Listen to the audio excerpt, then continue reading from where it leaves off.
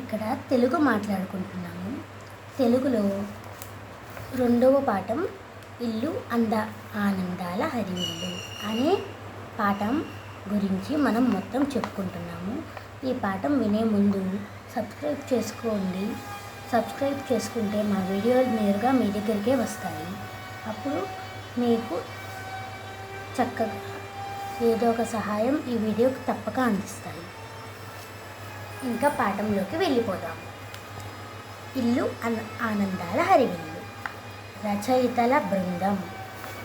ఉద్దేశం. ఈ పాఠం యొక్క ఉద్దేశం భారతదేశంలోని కుటుంబ వ్యవస్థ పట్ల అంతర్జాతీయ సమాజం అనేక ప్రశంసలను కురిపించింది.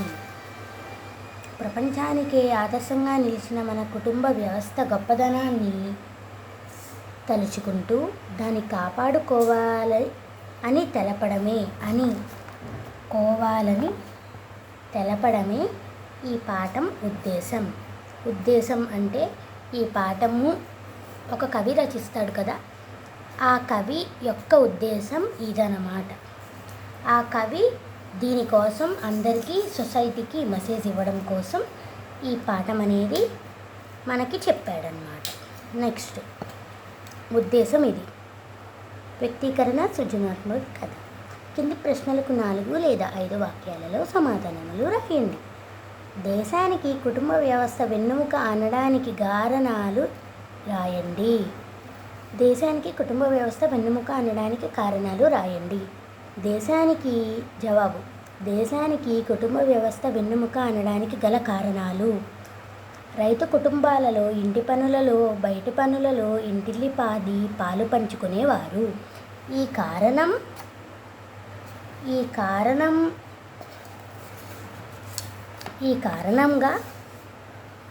కారణంగా తలసరి ఆదాయం పెరిగేది.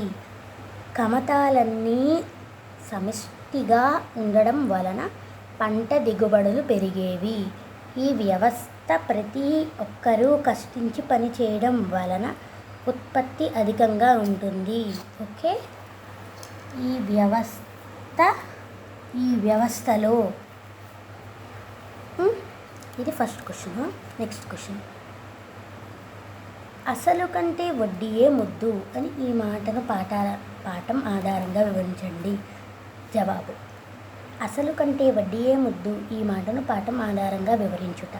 ఉమ్మడి కుటుంబంలో పెద్దలు తమ సొంత పిల్లలనే చెరదీసిన దానికంటే తమ పిల్లలను మరింత ప్రేమగా చెరదీసేవారు. కన్న పిల్లల కంటే మనుమల్ని మరింత ప్రేమగా లాలిస్తారు. ఏం కావాలన్నా ఏదైనా జరిగినా అమ్మమ్మ నానమ్మలను చేరేవారు.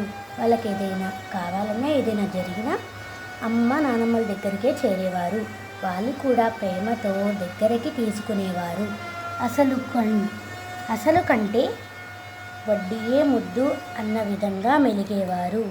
ఇది సామెత అన్నమాట. అసలు కంటే వడ్డీయే ముద్దు అనేది ఒక సామెత, పెద్దలు అనే కొన్ని సందర్భాల్లో అనే సామెత. 3వ ప్రశ్న. కలిసుంటే కలదు సుఖం, దీన్ని వివరించుట. జవాబు. కలిసుంటే కలదు సుఖం, దీన్ని వివరించుట. సమిష్టి కుటుంబం వలన కుటుంబ వ్యవస్థ బలంగా ఉండేది. ఈ వ్యవస్థలో ఒకరి కష్టాలు మరొకరు పాలు పంచుకునేవారు. స్వార్థపరతకు తావు లేదు. ఇంటిల్లిపాది కష్టపడి పనిచేసేవారు. అందరూ సంఘీభావంగా అంటే కలిసికట్టుగా ఉండి కలిసుంటే కలదు సుఖం అని నిరూపించారు. 4వ ప్రశ్న. యాంత్రిక జీవనం అంటే ఏంటి? జవాబు. యాంత్రిక జీవనం విధానం. మనిషి మనుగడ కాలంతో పాటు పరిగెత్తటమే యాంత్రిక జీవనం అంటారు. యాంత్రిక జీవనం మనిషి స్వేచ్ఛను కోల్పోతాడు. ప్రతిక్షణం తన వృత్తి పనుల్లో నిమగ్నమై సొంతింటికే పరాయి వాళ్ళు అయిపోతాడు. యాంత్రిక జీవనంలో మనిషి సర్వం కోల్పోయినా ఆశ్చర్యపడవలసిన అవసరం లేదు. ఇది యాంత్రిక జీవనం అంటే. నెక్స్ట్ 5వ ప్రశ్న. పిల్లలు సమాజంలో నిలదొక్కుకోవడానికి కుటుంబ నేపథ్యం ఎలా ఉపయోగపడుతుంది? జవాబు: పిల్లలు సమాజంలో నిలదొక్కుకోవడానికి కుటుంబ నేపథ్యం ఉపయోగములు. మంచి కుటుంబంలో మానవతా విలువలు అడుగడుగునా పాటింపబడతాయి. మంచి చెడు అనే విచక్షణ చిన్నప్పటి నుండి పిల్లలకు తెలియజేయబడుతుంది. తల్లిదండ్రులు మార్గదర్శకత్వంలో సత్ప్రవర్తన కలిగిన పిల్లలుగా ఎదుగుతారు. ఆత్మవిశ్వాసం, సంఘీభావం చిన్నప్పటి నుండే అలవడతాయి. పెద్దల పట్ల వినయ విధేయులుగా కలిగి క్రమశిక్షణ గల పౌరులుగా తీర్చిదిద్దబడతారు. కాబట్టి మంచి కుటుంబం నేపథ్యం నుంచి వచ్చిన పిల్లలు సమాజంలో నిలదొక్కుంటారు. ఓకే, నెక్స్ట్ దీంట్లో ఫస్ట్ క్వశ్చన్ కింది అంశాల గురించి సృజనాత్మక ప్రశ్న అన్నమాట ఇది. వేసవి సెలవుల్లో మీరు మీ స్నేహితుని ఇంటికి వెళ్ళారు. ఆ కుటుంబం మిమ్మల్ని ఎంతో ప్రేమగా చూసుకుంటుంది. ఇంటికి తిరిగి వచ్చాక మీ స్నేహితులకు తునికి కృతజ్ఞతలు తెలుపుతూ లేఖ రాయండి. ఓకే, లేఖ అన్నమాట ఇది, జాగ్రత్తగా చూడండి. జవాబు: స్నేహితునికి కృతజ్ఞతలు తెలుపుతూ లేఖ రాయుట. రైట్ సైడ్ అమరావతి, కింద డేట్ /మంత్/ఇయర్ వేయాలి. నెక్స్ట్ ప్రియమైన మిత్రునికి అభిరాంకు. మేము క్షేమంగా ఇంటికి చేరుకున్నాము. వారం రోజులు మీ ఊళ్ళో ఇంటి దగ్గర గడిపిన క్షణాలు ఎన్నటికీ మర్చిపోలేనటువంటివి. మా అమ్మా నాన్నలు చాలా ఆనందపడ్డారు.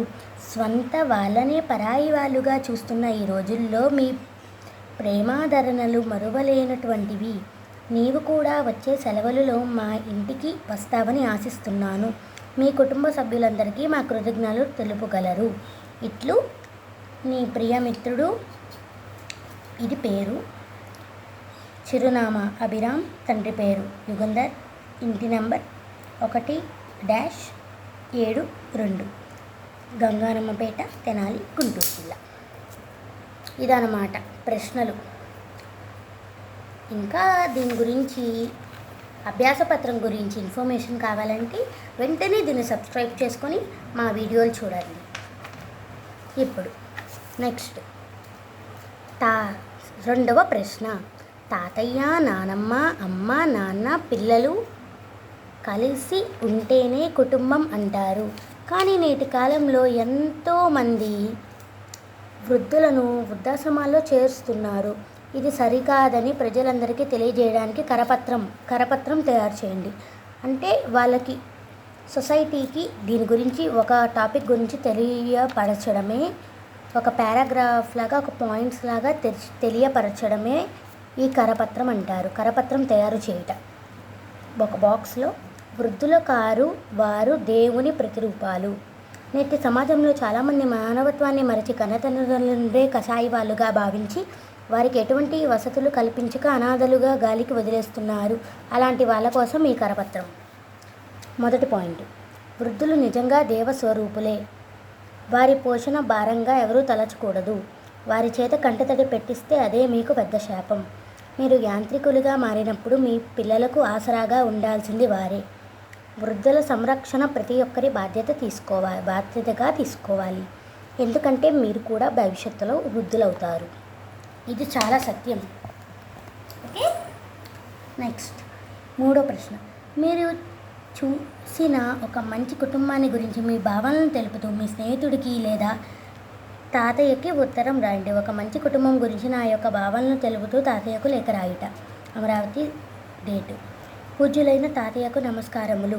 మేము క్షేమం. మీ ఆరోగ్యం ఎలా ఉంది? మేము ఈ మధ్యన మా నాన్న స్నేహితుడి ఇంటికి వెళ్ళాము. వాళ్ళంతా మమ్మల్ని ఎంతో ఆప్యాయంగా పలకరించారు. ఆ కుటుంబ సభ్యులు ప్రేమను, అనురాగాలను ఎంతో ముచ్చటేసింది. వారి నుంచి ఎన్నో విషయాలు తెలుసుకున్నాము. మేము కూడా వారిలాగే ప్రేమగా అభిమానాలుగా ఉంటూ ఇంటికి వచ్చిన వారిని చాలా మర్యాదగా చూసుకుంటాము. ధన్యవాదములు. మీ కుటుంబ సభ్యులందరికీ మా కృతజ్ఞతలు చేయగలవు.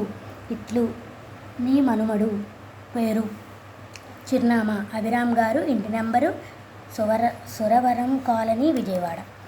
ఇవి ప్రశ్నలండి. మీకు భాషాంశాలు బ్లాంక్స్ కావాలి అంటే దయచేసి ముందు ఈ వీడియోని సబ్స్క్రైబ్ చేసుకోండి. ఈ ఛానల్ పేరు సరస్వతి ఎడ్యుకేషనల్ ఛానల్. మీరు మాకు ఎంతో సపోర్ట్ చేయండి. మేము కూడా మీకోసం చాలా వీడియోస్ చేస్తాము.